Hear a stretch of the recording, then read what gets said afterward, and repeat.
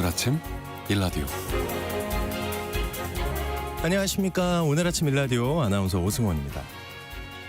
항공기 참사가 발생한 이후에 사고 원인을 둘러싸고 다양한 말들이 나오고 있죠. 왜 철새도래지에 공항을 지었나?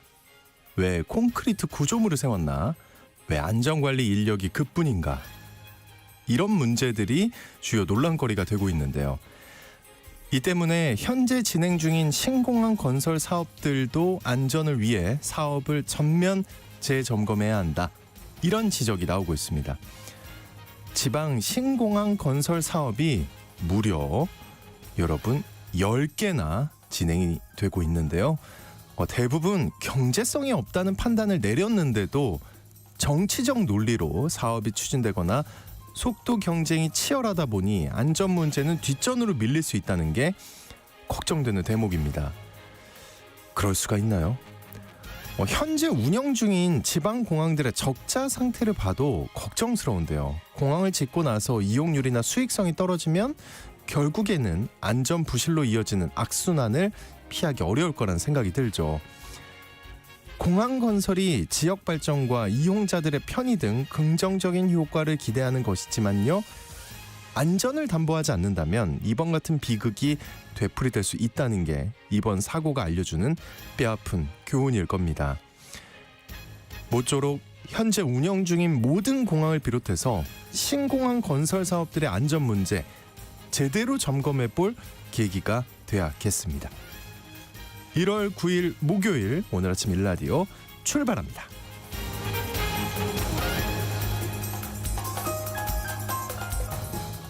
네, 아침 인사 주신 여러분 모두 고맙습니다. 정한님, 미진님, 정실님, 되게 많으신데요. 임식님, 조용덕님, 조용덕님은 인사는 아니었군요. 네, 모처럼 아침 인사를 보내주신 분들 모두 다 감사드리고요. 오늘 아침 일라디오 이 시간은 물론 KBS 일라디오의 모든 프로그램은 유튜브 KBS 일라디오 공식 채널이나 모바일 콩 어플리케이션을 통해 실시간으로 함께 하실 수 있습니다. KBS 일라디오 채널 구독과 좋아요, 댓글 많이 부탁드릴게요. 자, 오늘 농수산 이슈 시간에는요. 자연 분해되는 농업용 멀칭 비닐의 불량 제품 논란에 대해 살펴보고요. 예술로 떠나는 여행 시간에는 푸른 뱀의 해를 맞아 작품과 이야기 속 뱀의 상징에 대해 말씀 나눠보겠습니다. 또 우리 정현재 PD가 뽑아온 다채로운 뉴스들로 오늘 아침 뉴스 잡설도 다뤄보겠습니다. 방송에 참여하실 분들은요. 단문 50원, 장문 100원이 되는 유료 문자 샵 9730으로 보내주시기 바랍니다. 유익한 정보와 살아있는 이야기가 있습니다. KBS 오늘 아침 일라디오.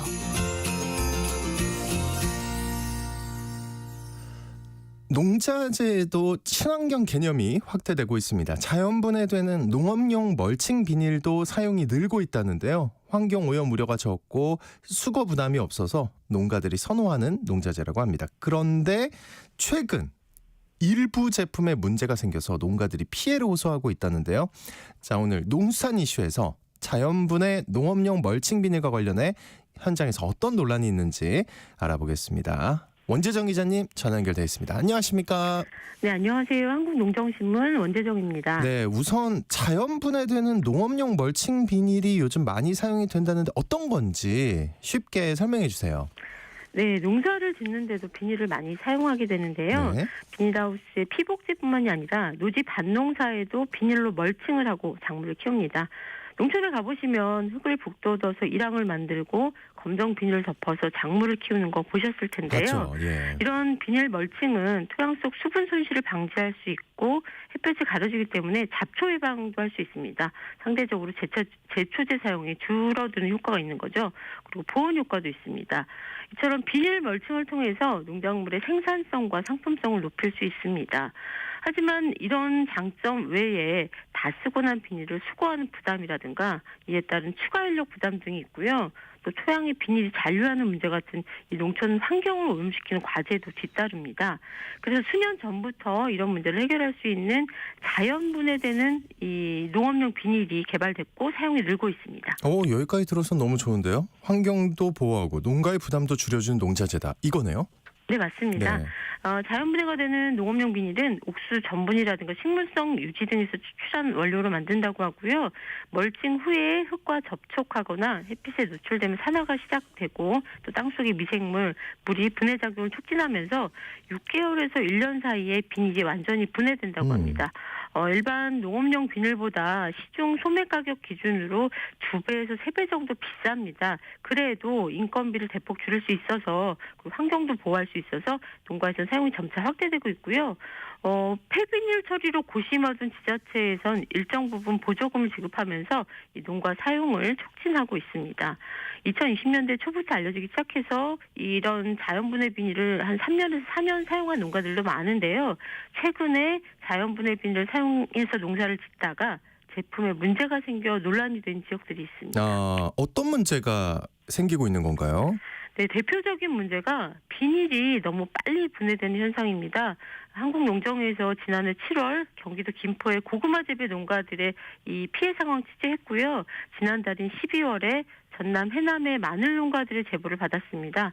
경기도 김포, 전남 해남은 작물이 각각 다르지만 비닐이 쉽게 찢어지거나 너무 빨리 분해됐다 이런 문제가 유사합니다. 구체적인 현장의 피해 상황 알려주세요. 네, 지난해 경기 김포의 한 고구마 연구회 소속 33곳의 농가가 지역 농협에서 자연분해 비닐을 공동 구매해서 농사를 지었습니다.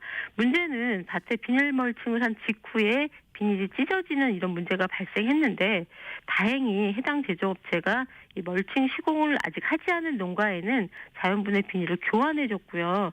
멀칭 시공을 다 끝낸 농가에는 시공비와 파종비 등을 고려해서 배상을 했다고 합니다. 그런데 비닐을 서너 번이나 교환받은 농가에서 같은 문제가 계속 발생한 거예요. 그래서 결국 A 업체는 자사 제품 대신에 지역 농협에 납품하는 다른 업체의 제품을 구입해서 교환 처리를 했지만 그 타사 제품에서도 같은 문제가 발생했습니다. 이게 제품을 바꿔서 계속했는데도 문제가 생긴다. 이거 원인이 뭐라나요? 예, 농자재를 사용하다가 문제가 발생하면 원인을 밝히기가 굉장히 좀 어렵습니다. 그래요? 예. 네, 농가들은 업체가 뭐 불량 제품을 만들었다고 몰아붙이는 것도 아니고요. 어떤 제품이든 하자가 발생할 수는 있다 이렇게 보고는 있습니다. 하지만 작물이 제대로 자라지 못한 책임 그리고 멀칭 시공을 여러 번 하면서 발생한 추가 부담을 누군가는 책임을 져야 되는데 농업 분야에서는 회사마다 이 제품에 대한 보상 규정도 명확하지 않고요. 원인을 찾는 것도 쉬운 일이 아니어서 결국은 농민들이 피해를 감수하는 경우가 많다는 걸 문제로 지적하고 있습니다. 농자재의 제품 보증 기준 같은 이제 소비자 보호에 관한 주요 고지 사항이 누락되는 것도 문제인데요. 자연분해성 비닐의 보증 기한은 이 대부분 생산일 기준 1년 이내로 한다고 그래요. 하지만 이 김포에서 문제가 된 자연분해 비닐 제품은 생산일자 표시도 없었다고 합니다. 제품의 관리 감독이 허술하다는 걸 확인할 수 있는 사례입니다. 애초에 품질 표시 규정이 있을 텐데 이걸 어겼다는 거네요. 네, 맞습니다. 농자재를 사용하다 문제가 발생하면 원인에 대해서 이제 갑론을박이 벌어지는 게 일반적인데요. 토양의 성분, 기후 이런 자연 조건들이 각각 다르다 보니까 업체 측에선 소비자, 그러니까 농민들의 과실을 주장하는 경우가 많습니다. 전남 해남에서도 자연분해 비닐 말썽이 생겼는데요. 지난달인 12월에 문제가 공론화됐고 현재도 이 원인 규명 등 논란이 이어지고 있습니다. 네, 해남의 자연분해 비닐 피해 상황도 얘기해 주세요. 예, 땅끝마을 해남에선 겨울철에 마늘 농사를 짓는데요. 그러니까 지난해 9월에서 10월경에 마늘을 심고 지금 한참 마늘이 자라고 있습니다. 한국농정에서 12월에 해남군 북평면의 한 마늘밭을 가봤는데 마늘 정식 당시 깔았던 자연분해 멀칭 비닐이 거의 분해돼서 성한 곳이 없었습니다. 한겨울이기 때문에 비닐로 이 보온 효과도 거둬야 하거든요. 4월쯤에나 녹아야 하는 비닐이 너무 빨리 분해가 돼버린 것입니다. 전국 마늘 생산자협회 해남군 지회는 전라남도에서 자부담 40% 그리고 60% 보조를 받아서 4년째 이 자연분해 비닐을 쓰고 있는데요. 이런 문제가 처음 발생했다고 합니다. 농가에선 문제의 원인을 제품 하자로 얘기하고 있습니다. 그 이유는 앞서 3년간 특이사항 없이 자연분해 비닐을 계속 같은 밭에 사용하다가 업체를 바꾸고 처음 이런 문제가 발생했기 때문인데요. 반면에 업체 측은 이번 문제의 원인을 농민들이 사용 설명서에 명시된 것을 제대로 지키지 않은 관리 미비로 보고 있고요. 이 해당 제품이 농업기술센터 시험 성적서를 받았고 관련된 문제가 이전에 발생한 적이 없다 이런 걸 업체는 이유로 들고 있습니다. 네, 해남에서도 명확한 원인을 찾지 못하는 상황인가 봐요. 네, 맞습니다. 농민분들이 답답한 건 업체 측의 주장은 결국 농민더러 제품 하자에 대한 증거를 대라는 건데요. 이 농사에 피해가 발생한 건 분명한데 원인까지 농민들이 찾아야 하니 굉장히 난감한 상황입니다. 지난 6일엔 해남군에서도 이 피해 현장에 방문하는 등 논의가 확산되고 있습니다. 네, 농자재 제품에 문제가 생겼을 때 이 문제를 해결하는 방안이 적절치 않다는 게 또 다른 문제로 보이네요. 네, 맞습니다. 이 비닐을 다시 깐다고 해도 이미 20cm 이상 마늘이 자란 상태라서 굉장히 쉽지 않은 작업이고요.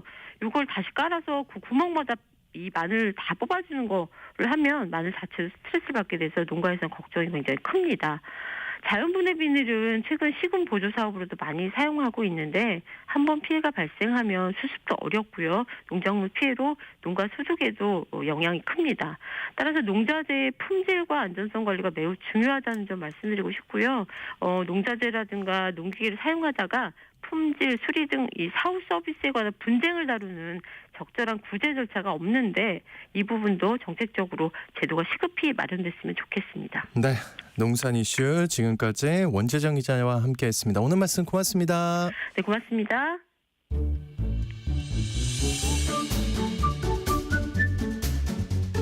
아침을 여는 기분 좋은 습관.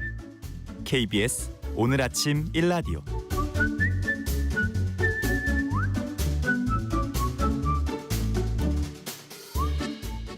한 전통의 멋과 맛을 느낄 수 있는 예술로 떠나는 여행 시간입니다. 모던 한의 조인선 대표님과 함께합니다. 어서 오십시오. 안녕하세요. 어머, 오늘 좀 너무 춥지 않았어요?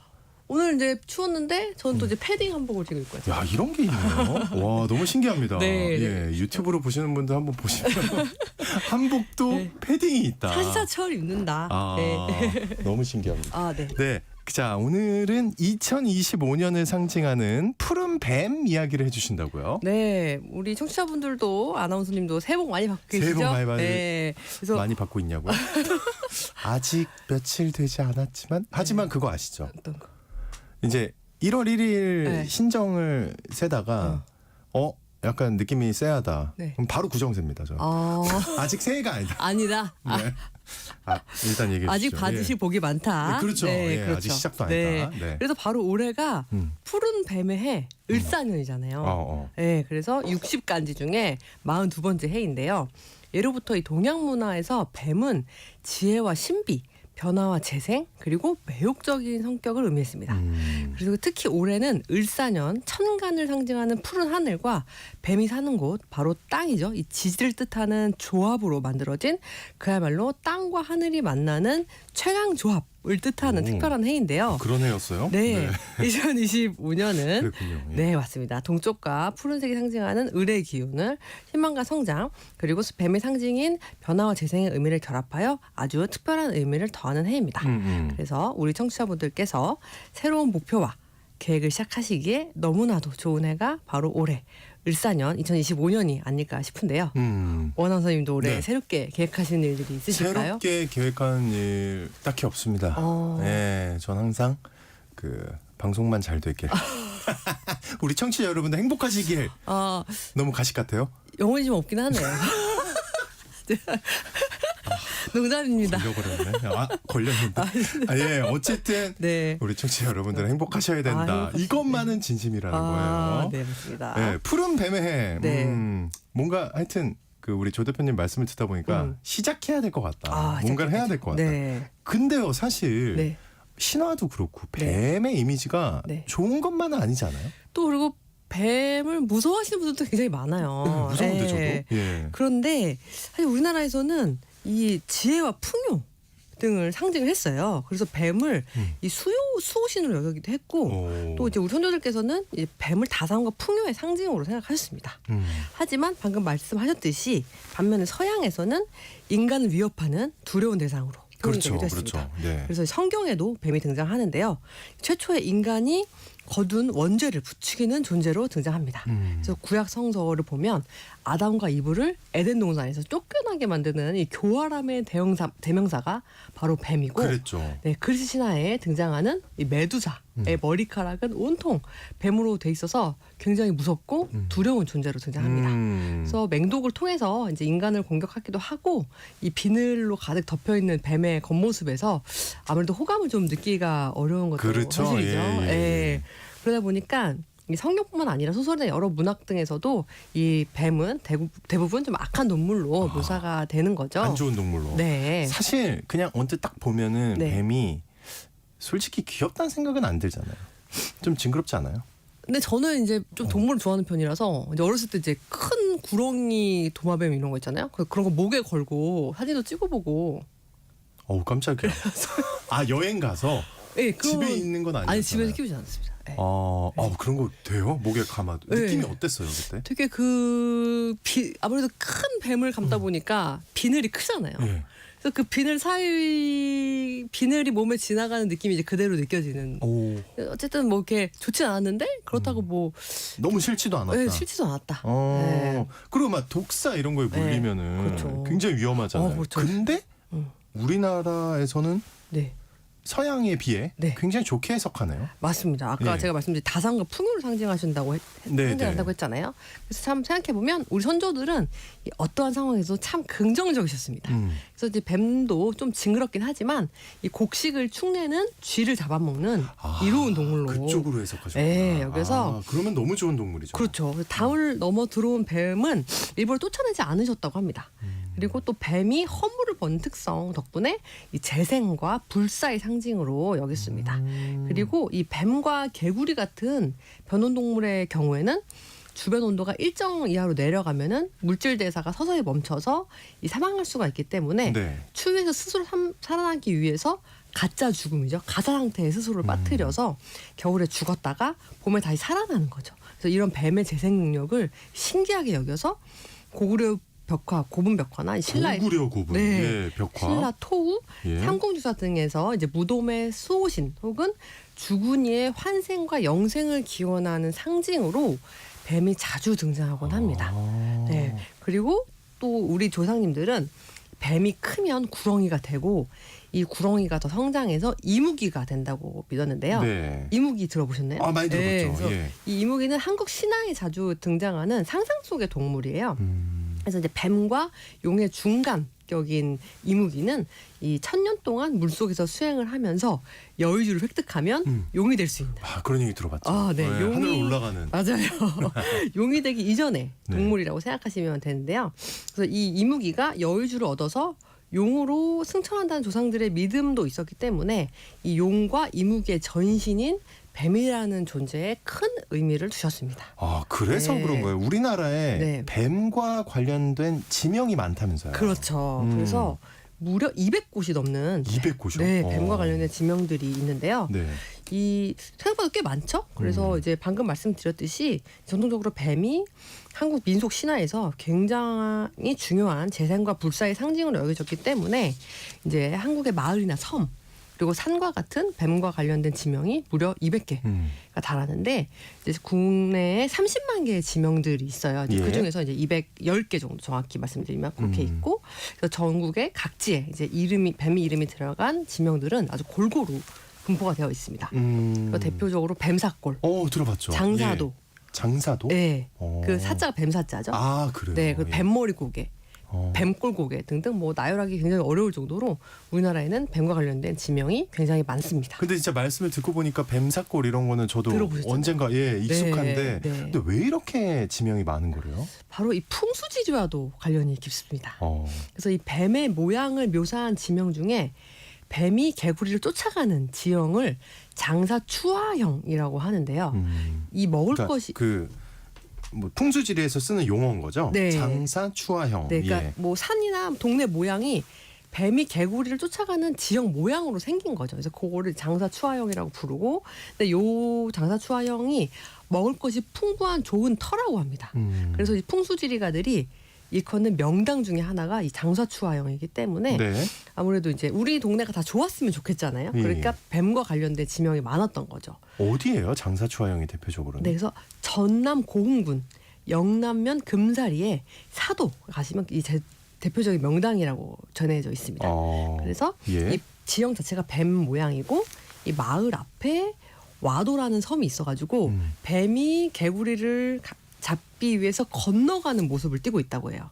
그리고 전남 광양에 이제 금골 마을에 가시면은 전남 광양. 예. 네, 그 금색 뱀이 엎드려서 숨어 있는 금사복지혈이라고 해서 이제 그걸 금곡이라고 부르고 그래서 그걸 풍수 지리학적으로도 굉장히 명당으로 이제 일컫는다고 합니다. 네. 네. 그리고 부산에 네. 청사포라는 곳이 있는데 네. 여기도 뱀과 관련된 아주 특별한 이야기가 전해지고 있다고요? 네, 또 우리 오한 아나운서님 옛날 얘기 좋아하시잖아요. 아, 너무 좋아요. 그래서 옛날 네. 얘기여야 되고 네. 좀 신비로워야 돼요. 그렇죠. 그런 거 되게 좋아요. 그래서 제가 이제 청사포에 관련된 이제 청사포? 예. 네, 전설이 있어서 아주 좋습니다. 이야기를 준비했는데요. 부산 해운대구에 있어요. 청사포라고 들어보셨죠? 그럼요. 가보기도 네, 했죠. 그렇죠. 그래서 이 청사포가 현재는 풀을 청에 모래사자를 써가지고 푸른 모래라고 해서 청사포라고 기재하고 있지만 원래는 푸른 뱀이 나타난다고 해가지고 풀을 청에 뱀사자를 사용했었습니다. 네, 모래가 아니라 네, 예. 사자가 바뀐 거죠, 한자가. 근데 요게 이 재미있는 전설이 이어져 내려오고 있는데 청사포에 가시면은 마을 어귀에 500년이 된 커다란 소나무 두 그루가 있습니다. 네. 근데 그 마을 사람들은 예전부터 그 나무를 수호신처럼 여겼던 거죠. 네. 그래서 이 소나무에 전해져 내려오는 전설이 바로 푸른 뱀에 관련이 있습니다. 그래서 옛날 옛적에 청사포 마을에는 정씨와 김씨 부부가 살았다고 합니다. 그래서 이 정씨 부부뿐만 아니라 이 마을 남자들 대부분이 이제 바다가 있었기 때문에 고기 잡이로 생계를 유지했는 거예요. 그래서 이제 남자들이 배를 타고 고기를 잡으러 나가면 부인들은 마을 어귀 바위에 앉아서 남편을 기다렸다고 합니다. 그래서 청사포에서 나고 수다를 떨면서 그렇죠. 그래서 청사포에서 나고 자랐던 정씨 부부도 금실이 좋아가지고 정씨가 고기를 잡으러 나가면 김씨 부인은 매일같이 바위에 앉아서 남편을 기다렸다가 무사히 돌아오고. 네, 무사히 돌아오면 한패 집으로 돌아가서 이제 밥을 차려주곤 했는데 되게 사이 좋네요. 네. 신혼부부였던 거죠. 애는 있대요? 애는 없었어요. 없었어요. 네. 그래서 어느 날 고기를 잡으러 나갔던 정 씨가 돌아오지 않는 거예요. 아이고.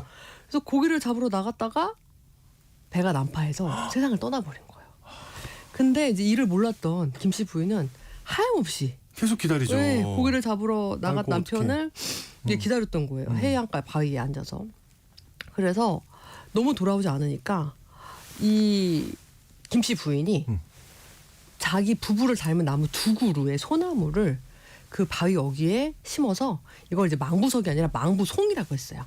그래서 매일매일 남편을 기다렸어요. 그 나무에 앉아서. 근데 수십 년을 하루같이 기다리는 이 김씨 부인을 이 용왕님이 애처롭게 봤던 거예요. 그래가지고 하필이면 또 수십 년을 기다렸네요, 용왕님이. 그렇죠. 매일같이 바로 해결 안 해주고. 정씨 부인이 매일같이 기다린 거죠. 그래서 진정성이 있나 테스트를 한 것 같아요. 아니네요. 그래서 이를 가엾게 여긴 용왕이 청사, 이 푸른 뱀을 보내가지고 용궁으로 김씨 부인을 데려옵니다. 남편을 돌려보내줘야지. 그래서 일단 들어볼게요. 네, 남편 죽었으니까. 그래가지고 그건 안 되는구나. 네, 그래서 이 바다 속에서 남편과 상봉을 시켰다는 전설이 전해져 내려오고 있습니다. 그래서 이 마을에 푸른 뱀 청사가 출현했다고 해가지고 그때부터 이 마을 이름이 청사포. 청사 푸른 뱀의 마을이 됐던 거죠. 용왕님이 보낸 푸른 뱀. 네, 용왕님이 이제 부인의 이제 그 진정성에 감동을 해가지고 했다는 이제 그런 전설이 대표적인 이제 또 푸른 뱀에 이제 이어져 내려오고 있습니다. 그렇게 좋은 스토리가 있는데 왜 갑자기 모래사자로 바꿨을까? 갑자기 궁금한데. 그러니까 아무래도 이제 네. 바닷가니까 좀 마케팅을 하고 싶었나 봅니다. 예. 그 뱀이랑 관련된 예술 작품도 많을 것 같아요. 네, 맞습니다. 어떤 것들이 있나요? 이 아무래도 뱀이 매혹, 유혹, 치명적인 매력 뭐 이런 다양한 또 자유와 변신을 상징하기 때문에 굉장히 여러 가지 예술 장르에서 이 뱀은 다양한 방식으로 표현이 되고 있습니다. 그래서 이 변신의 귀재인 뱀은 고구려 무덤 벽화인 사신도에도 자주 등장을 하는데요. 이 사신도에는 이 묘지의 주인이 안치된 방에 청룡, 백호, 주작, 현무 우리나라의 그 네 가지 신화 속에 나오는 네. 그 동물들을 동서남북에 각각 이제 배치를 해가지고 같이 안장을 하는데요. 이 벽화에 등장하는 사신 중에 북방의 신인 현무도에 이 거북이의 몸을 휘감아서 표하는 뱀의 모습이 항상 그려져 있습니다. 그래서 이 사신도에 네, 무덤 속에 들어가는 그림이죠. 고구려 무덤 벽화에. 네, 네. 그래서 이 뱀은 최대한 자신의 몸을 길게 늘어뜨려서 거북이를 감싸서 승천하듯이 솟은 모습을 하고 있는데요. 이 거북이와 뱀의 머리가 서로 마주보면서 불을 뿜어내는 모습이 아주 위험을 자아냅니다. 그리고 올해는 이제 뱀을 주제로 한 다채로운 한정판 에디션도 다양하게 등장하고 있는데요. 네. 뱀이 그려져 있는 위스키 라벨이라든지 위스키. 네, 또 뱀이 그려진 가방이나 뱀 모양의 드로잉 패턴으로 제작된 옷이나 소품까지 올해 이제 청사의 해 을사년에 다양한 브랜드들이 앞다퉈서 한정판 청사 에디션을 출시하고 있습니다. 네. 그리고 특히 이제 뱀의 비늘과 곡선을 섬세한 디테일과 텍스처로 표현한 주얼리와 액세서리들도 다양하게 출시되고 있는데요. 이 뱀을 뜻하는 이탈리아어 세르펜디 컬렉션들이 또 다양한 색채와 장식을 통해서 푸른 뱀의 해 2025년을 기념하고 있습니다. 아, 이게 뱀의 해라 그래서 기념하는 게 우리나 중국의 문화가 아니라 외국도 이렇게 하나 보네요. 네, 이제 뱀이 매혹이나 유혹의 상징으로서 이제 굉장히 많이 사랑을 받고 있는 거죠. 네. 그 우리나라에 네. 뱀을 그리는 세계적인 예술가가 있으셨잖아요. 네, 그렇죠. 예, 이제 예. 뱀을 그린 여자라는 별칭으로 유명한 한국의 프리다 칼로 청경자 화백님이 또 다양한 이제 뱀의 작품으로 굉장히 유명한 네, 작품들을 많이 남기셨습니다. 네, 작품이 많이 떠오릅니다. 푸른 뱀의 해를 맞아서 아주 좋은 기운을 전해줄 작품과 이야기들 잘 들어봤습니다. 예술로 떠나는 여행 시간 지금까지 모던한의 조인선 대표님과 함께했습니다. 오늘 말씀 고맙습니다. 감사합니다.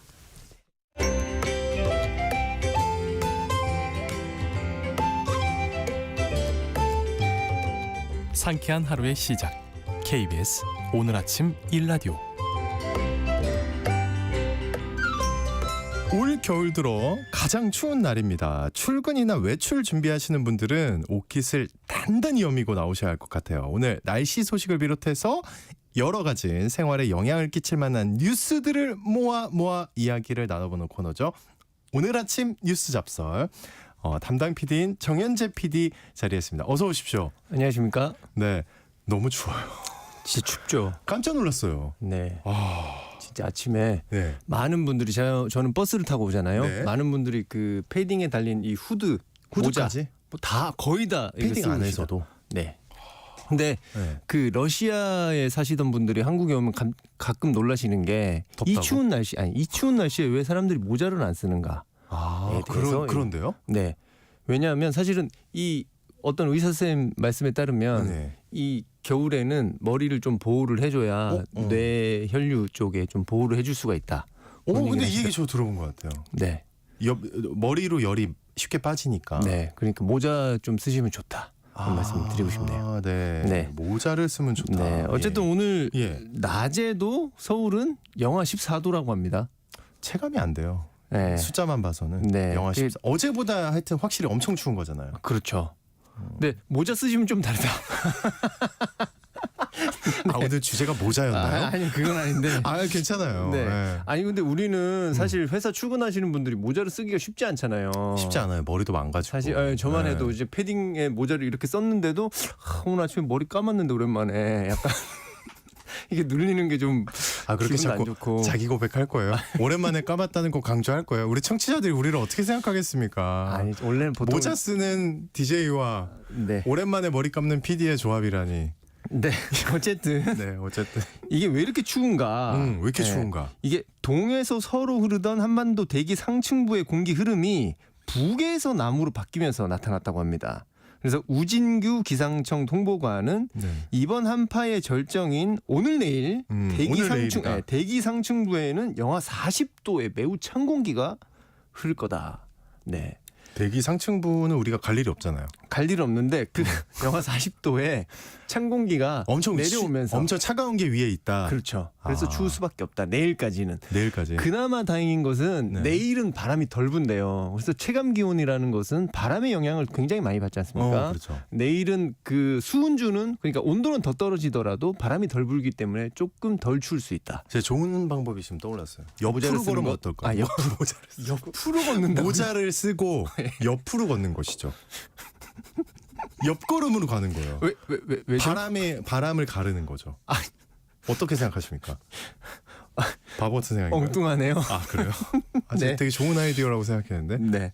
자, 지금 생각하면 엉뚱할 수 있어요. 왜냐하면 다 앞을 보고 걷기 때문이죠. 아 근데 하지만 우리가 네. 단체로 합심해서 옆으로 걷는다면 그것이 표준이 될 것인데. 유튜브에 나오겠네요. 자, 지나갈게요. 네. 자, 이런 가운데 네. 최근에 몇몇 의류 브랜드에서 네. 가짜 다운 재킷을 팔아서 문제가 됐던데. 야, 이거 야, 진짜, 이거 진짜 너무 못됐네요, 진짜. 진짜 신뢰를 왜 무너뜨리는 이럴까요? 행동 아니겠습니까? 이거 어떻게 되고 있어요? 이거는? 이게 대기업 뭐 도메스틱 브랜드 그러니까 좀 소형 큰 국내 브랜드요? 브랜드 이런 것뿐만 아니라 대기업 할 것 없이 다 다들 그랬어요? 약간 그런 케이스가 나왔어요. 이랜드 월드의 산업 패션 브랜드 후아유 제가 예전에 좋아했던 브랜드인데 그래서 구스다운 패딩이 솜털 80%라고 고지를 했었는데 알고 보니까 깃털 30%에 나머지는 오리털이 들어있었다고 합니다. 전 사실 뭐가 좋은지 몰라가지고 음. 이게 하여튼 뭐 별로 안 좋은 거잖아요, 우리한테는, 소비자들한테는. 그러니까 기본적으로 네. 솜털이 많이 들어있을수록 좋은 거예요. 좋은 거고 거위털이 많이들 알고 계시겠지만 거위털이 오리털보다 이 부풀어 오르는 게 더 크기 때문에 더 고급이에요. 비싸고 그렇기 때문에 이 거위털 솜털이 들어가 있다고 해놓고 오리털이 들어가 있으면 이건 최악이네요. 사기인 이거 거죠. 사기네, 사기. 그래가지고 이 예. 브랜드 대표이사 명의로 사과문이 나왔고 이제 품질 관리 엄격하게 하겠다 이렇게 했고요. 아니 이거는 사실 이거 산 사람들 환불해줘야 되는 거 아니에요? 아니 당연히 해주겠죠. 해주겠죠. 네. 예. 그리고 라퍼지 스토어라는 브랜드가 있는데 여기는 외투 충전재로 솜털 80%를 사용했다고 했는데 알고 보니까 3%. 이거 야, 진짜 이거 심했네요, 이거는 네. 진짜. 근데 한 몇 년간 계속 그 거위털, 오리털이 비싸지긴 했대요. 계속 가격이 계속 올랐다고 하고 그래서 중국에서는 최근에 어떤 일이 있었냐면 셔틀콕에 네. 깃털 있잖아요. 예. 그걸 털 부분을 뽑아가지고 그걸 이렇게 갈아가지고 거짓말로 셔틀콕에 털을 빼. 거짓말이다 진짜. 근데 그렇게 했다고 했대요? 네, 얼마 전에 뉴스에 계속 나왔었습니다. 아. 진짜 근데 사실 그게 중국 뉴스이긴 했는데 우리 많은 공산품들이 중국에서 또 넘어오잖아요. 그래서 사실은 이 지금 우리나라 브랜드들도 문제가 된 게 뭐냐면 거기서 제작하는 공장을 믿고 건품을 충분히 안 한 거예요. 그렇기 때문에 건품을 충분히 하지 않으면 이런 일이 우리나라에서도 발생할 수 있다. 셔틀콕 들어간 패딩이. 근데 기본적으로 예. 제품에 다운이라고 이렇게 쓰려면 솜털이 75% 이상 들어가 있어야 된다 그래요. 근데 솜털이 많을수록 공기를 많이 머금기 때문에 따뜻하거든요. 근데 또 100%를 쓰면 또 안 된다고 합니다. 그래요 또. 네. 왜냐하면 깃털이 좀 들어가줘야 이 깃털이 약간 기둥 역할을 하면서 약간 부풀어 오를 수 있는 약간 공간을 만들어준다 그래요. 네. 그래서 진짜 솜털 90%, 솜털 95%까지도 본 적이 있는데 100%는 없다고 합니다. 예, 네. 좋은 정보 감사합니다. 네. 그리고 예, 거위털 중에는 헝가리, 폴란드산이 최고죠. 그래요? 네네. 그렇다고 합니다. 참고할게요. 네. 옷 살 일은 없긴 한데 아니 좋은 패딩 있으시니까 볼 때마다 다 오래된 거예요. 탐나요. 저거요? 풍성한 아니 네, 어떻게 패딩. 탐낼 게 없어서 제 걸 탐냅니까 진짜? 너무 아주 좋은 패딩 입고 다니시던데 되게, 저번에 보니까 네, 좋은 그 북쪽에서 패딩인 온 것 좋은 패딩 입고 다니시던데. 넘어가시죠. 예, 북쪽 얼굴 입고 다니시던데. 어쨌든 은행들이요. 네. 영업점을 자꾸 줄이고 있다는데. 그러니까요. 예, 올해도 이게 계속 된다고요? 네, 벌써 근데 이해는 좀 돼요. 네, 이해는 조금 되는데 네, 솔직히 저도 안 가거든요. 잘. 이해는 조금 되지만 네. 그래도 이제 접근성이 좀 떨어지면 가서 할 수밖에 없는 분들이 계시잖아요. 또 어르신들. 그렇죠. 막 앱 사용에 익숙하지 않으신 분들. 어르신뿐만 아니라 저는 애가 있잖아요. 아이 같은 경우도 사실 가서 직접 이렇게 대면으로 해보는 것이 교육이 될 수도 있고. 지금 본인 교육 때문에 은행이 영업점 아니 그러니까 안 이제 된다? 아니 뭐 꼭 야, 그런 건 이런 아니죠. 그런 뜻은 아니겠지만. 자, 네. 본론으로 넘어가면 네, 네, 지난 6일에 이제 우리은행이 영업점 및 출장소 26곳을 인근 지점과 통폐합했다고 합니다. 아, 통폐합을 네. 한다. 여기는 지난 7월에 영업점 수를 또 줄였는데 네. 반년 만에 또 줄인 거예요. 그리고 신한은행도 7일에 27개의 기업 금융센터를 기존 위치의 영업점과 통합을 해가지고 네. 대형화를 추진했다고 합니다. 근데 이렇게 대형화를 하면 서비스의 질이 올라간다고 은행 측에서 얘기를 하긴 해요. 그래 어떤 근거가 있을 거 아닙니까? 그렇게 주장할 때는 뭘까요? 글쎄요. 정말 여러 사람들이 이제 다양한 서비스를 줄 수 있다 뭐 이런 건가? 네, 좋은 아이디어인데요. 그리고 출장소를 포함한 네. 3개 영업점을 인근 지역과 통폐합했다고 합니다. 그리고 4월에는 올해 네. 4월이죠. 13개 영업점을 13개 인근 지점과 통합할 예정이라고 합니다. 선유도역, 뭐 해운대, 노량진역 지점 등 이렇게 9곳을 통폐합한다고 하는데 제가 이거를 가지고 온 것은 네. 제가 예전에 선유도역 쪽에 살았었거든요. 네. 추억이 있습니다. 그때 사귀었던 여자친구가 떠오르시는 거예요? 그게 아니고 제가 지금 그렇게 와이프가 듣고 있을 텐데. 결혼을 했는데 아, 제가 신혼집을 선유도역에 있었어요. 예. 근데 저는 결혼하고 그 신혼여행을 다음날 갔단 말이죠. 그래서 당일날 집에 왔는데 집에 오면 결혼 아직 안 하셔서 모르시겠지만 못한 거라니까 자꾸 왜 안 했다고. 아니 올해 예. 꼭 올해 계획으로 그 50만 원 저기 뭐지 공제 받으라고 세액 결혼하는 공제 사람이 어디 있습니까? 꼭 정말 받으시기 바라는데 어쨌든 네. 그날 밤에 네. 축의금 정리를 해야 돼요. 그래 축의금 정리를 해가지고 이 선유도역 지점에 제 아내와 같이. 근데 그 돈 크기가 꽤 되거든요. 이거 들고 나가는데 혹시 누가 이거를 얼마였어요, 가져가지 근데? 않을까? 그때? 정확하게 기억 안 나는데 대략. 1,000단위는 넘었던 것 같아요. 잘 그러니까 살았네요. 약간 무서운 거죠. 그래서 둘이서 이걸 꽁꽁 싸매고 혹시나 이걸 아무도 신경 안 쓰는데. 그렇지 아무도 신경 안 쓰는데 누구도 관심이 네. 없는데 그러면서 그날 ATM기 세계의 모든 범죄 네. 타깃이 내가 될 것 같은 느낌. 네. 그러면서 돈은 안에서 너가 넣어라 밖에서 내가 망을 볼게 했던 추억이 있는데 결혼 잘했네요. 예. 여기가 없어진다고 하니 약간 추억을 말씀드려봤습니다. 하긴 뭐 저도 생각해 보면 어렸을 때 네. 이렇게 돈 받으면은 저는 그 당시에 농협 네. 거기다가 되게 매일 가서 이렇게 저축하던 그런 게 있었는데. 농협도 38개 영업점을 아 그래요? 통폐합했다고 합니다. 아, 지난달 이미 했대요? 13일과 31일에. 그러니까 그러니까 계속 줄이고 있어요. 왜 줄이냐? 모바일 뱅킹 등 비대면 거래가 활성화되고 있기 때문이다. 이렇게 얘기를 하고 근데 진짜 있고요. 재밌는 게 은행 가잖아요. 네. 어떤 상품 물어보잖아요. 네. 그러면 직원이 핸드폰 달라요. 맞아. 맞습니다. 핸드폰 주세요 한 다음에 네. 찾아줘요. 맞아. 이렇게 하시면 재밌더라고요. 돼요. 이렇게. 그러니까 되게 좀 황당하였다니까요. 여기 왜 왔지나? 약간 네. 이런 생각이 들긴 하는데. 예. 네.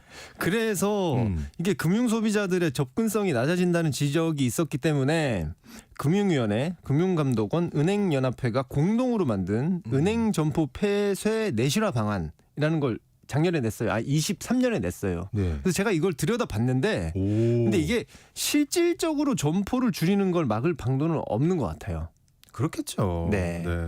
그래서 조금 아쉽습니다. 그래가지고 지난해 11월에 이복현 금감 원장 이분께서 말씀을 하셨는데 소비자들의 금융 서비스 접근 권리를 보장하는 것은 금융산업이 당연히 수행해야 할 책무다. 그리고 5년여간 약 1,000개의 점포가 사라지고 약 10,000개의 ATM이 줄어드는 과정에서 아이고 금융업계가 ATM도? 이러한 책무를 충분히 고민했는지 돌아볼 필요가 있다라고 말을 했는데 사실 접근성이 너무 떨어지면 그건 안 돼요. 언제나 약자들이 힘들잖아요. 맞습니다. 네. ATM이 줄어드는 건 마음이 굉장히 안 좋은데요. 네, 그렇습니다.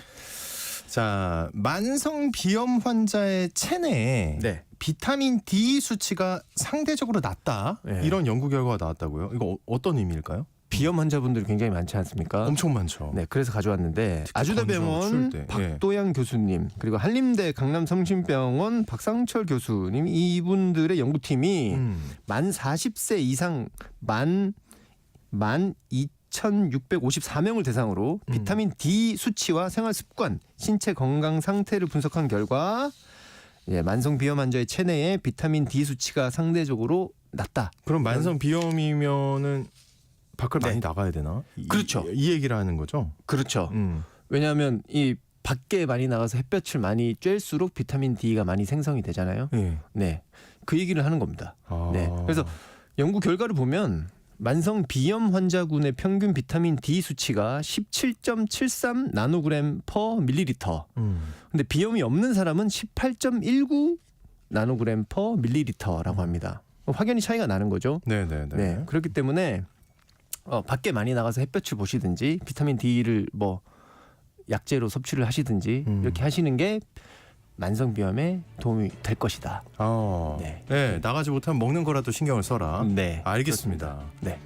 자, 여러 생활에 영향을 줄 다채로운 시간이 벌써 벌써 이렇게 됐습니다. 네. 뉴스들 잘 들었습니다. 오늘 아침에 정현재 PD와 함께했습니다. 오늘 말씀 고맙습니다. 감사합니다. 네, 진짜 춥습니다, 여러분. 따뜻하게 입으시고요. 전 내일 다시 인사드립니다. 좋은 하루 보내세요.